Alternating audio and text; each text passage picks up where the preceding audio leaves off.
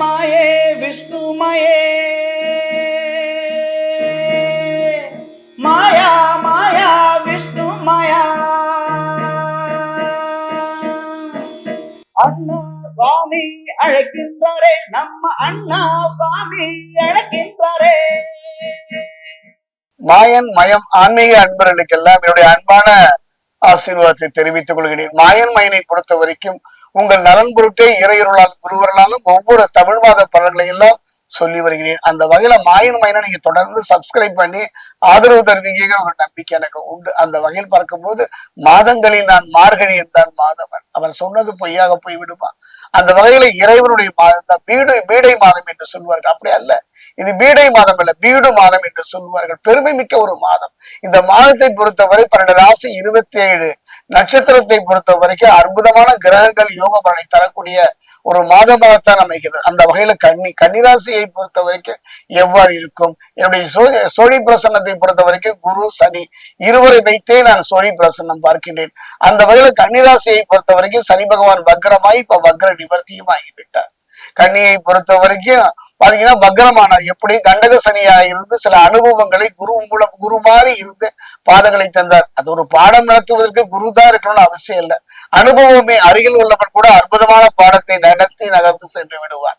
அந்த வகையில பார்க்கும் பொழுது இப்ப ரோக சனி இது எவ்வாறு இருக்கும் இந்த மார்கழி மாதம் பார்ப்போம்.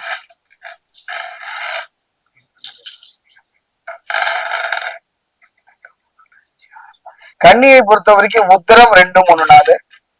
கன்னியை பொறுத்த வரைக்கும் அஸ்தம்.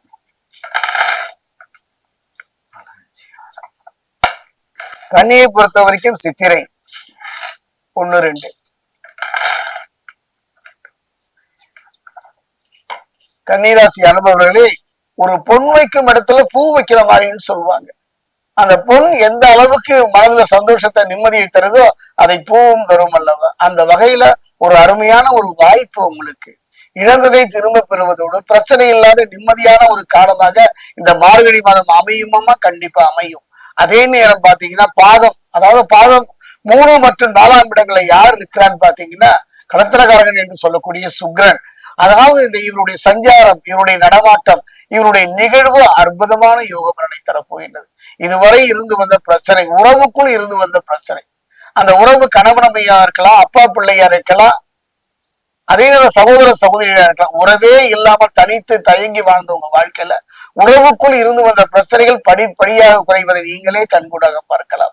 காரணம் என்ன? பாதம் 3 மற்றும் 4ஆம் இடங்கள்ல கடத்திரகாரகன் என்று சொல்லக்கூடிய சுக்கிரன் சஞ்சரிப்பதனால கணவன் மனைவி உறவை பொறுத்த வரைக்கும் அந்த அந்யோன்யத்தில் இருந்து வந்த பிரச்சனைகள் படிப்படியாக குறையும். சிலருக்கெல்லாம் நல்ல வீடு கட்டக்கூடிய ஒரு யோகம் கிடைக்கும். கட்டிய வீட்டை கட்ட முடியவில்லையே என்ற கலங்கியவர்களுக்கெல்லாம் அதை கட்டுவதற்கான ஒரு பொருளாதார நிலை உயரும். குறிப்பா பாத்தீங்கன்னா வீடு கட்டும் அமைப்பும் 3ஆம் ஸ்தானத்துல செவ்வாய் இருப்பதனால காரிய தடைகள் விலகும். அந்த செவ்வாய் தான் அந்த வீடு கட்டுவதற்கான பொருளாதார முன்னேற்றம். மண் வகையில் இருந்து வந்த பிரச்சனைகள் தீர்வதற்கான ஒரு அற்புதம். அரசு துறையில வேலை கிடைப்பதற்கான ஒரு நல்ல சந்தர்ப்பத்தை அவர் அமைத்து தருவார். அதே நேரம் பாத்தீங்கன்னா அரசு துறையில் வேலை செய்பவர்கள் எல்லாம் பாத்தீங்கன்னா இதுவரை நம்முடைய திறமைக்கும் அறிவுக்கும் ஏற்ற ஒரு உயர்வு கிடைக்கவில்லையே என்று கலங்கியவர்களுக்கெல்லாம் ஒரு நல்ல மாற்றம், பதவி உயர்வோடு கூடிய இடமாற்றம் சிலருக்கெல்லாம் கிடைக்கலாம்.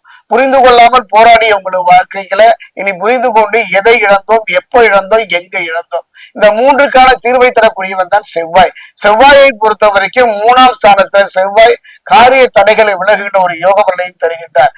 7ஆம் தேதிக்கு பிறகு 4ஆம் வீட்டுல பாத்தீங்கன்னா அவர் பலப்படுகின்றார். கொஞ்சம் கவனமா இருங்க. யாருன்னு பாத்தீங்கன்னா அரசு துறையில் வேலை செய்கின்ற ஆண் பெண் கன்னிராசிக்காரர்கள் நிதானமாக பொறுமையாக நம்முடைய எதிர்கால நலனை கருத்தி கவனமாக இருக்கணும். காரணம் செவ்வாய் இந்த காலகட்டத்துக்கு பிறகு பலவீனமாகின்றார், பலம் குறைகின்றார். 10ஆம் இடத்துல குரு, குடும்பத்துல சுபகாரியங்கள் நடக்கும். இந்த 10ஆம் இடத்துல குரு வருவது ஒரு அற்புதமான யோக பலம். தடைபட்டு போன பிரச்சனைக்குரிய குடும்பத்தில் இருக்கக்கூடிய சுப காரியங்கள் எல்லாம் தடை நீங்கி பிரச்சனை நீங்கி நிம்மதி தருகிற ஒரு காலகட்டம் இந்த மார்கழி மாதம். அதே நேரம் ஆத்மகாரகன் என்று சொல்லக்கூடிய பிதுர்காரகன் என்று சொல்லக்கூடிய சூரியன் 3ஆம் இடத்தில் சஞ்சரிப்பதனால அரசாங்க ஆதரவு கிடைக்கும். அரசாங்க ஆதரவு கிடைப்பதோடு அரசாங்க துறையினால ஒரு நல்ல ஆதாயம் பெறுவதற்கான அற்புதமான தருணம். அரசியல்ல, ஆன்மீகத்துல, பொது வாழ்க்கையில் இருப்பதற்கு ஒரு பொற்காலம் நற்காலம் இந்த மார்கழி மாதம் கன்னிராசியில.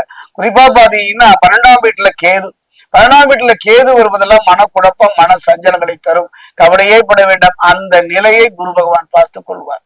கொஞ்சம் கவனமா இருக்கு, எதிர்கால நலனை கருதி. அதே நேரத்துல பாத்தீங்கன்னா எந்த அளவுக்கு வேகமா உங்களுடைய முயற்சிகள் இருக்கிறதோ அந்த அளவுக்கு அந்த முயற்சிகள் தடைபட்டு போகும். அதற்கெல்லாம் காரணம் என்னன்னு பாத்தீங்கன்னா இந்த செவ்வாய் பலகீனப்படுவதுதான். கவலையே பட வேண்டாம்.